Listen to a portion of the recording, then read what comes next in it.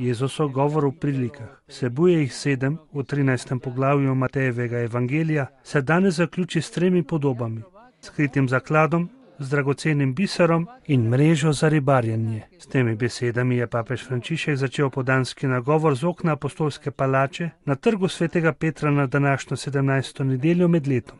Ustavil se bom pri prvih 2, ker poudarita odločitev protagonistov prodati vse, da dobita to, kar sta odkrila. V prvem primeru gre za kmeta, ki je slučajno naletel na skriti zaklad na njivi, kjer je delal. Ker njiva ni njegova, jo mora kupiti, da bo lahko imel zaklad.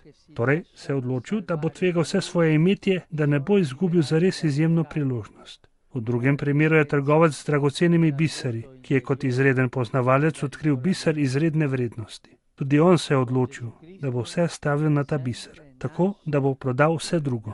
Ti podobi poudarjate 2 značilnosti, kako priti do Božjega kraljestva: iskanje in žrtev. Res je, da je Božje kraljestvo ponujeno vsem, je dar, je milost, vendar ni na razpolago na srebrnem krožniku. Zahteva dinamičnost, saj gre za iskanje, hojo in prizadevanje.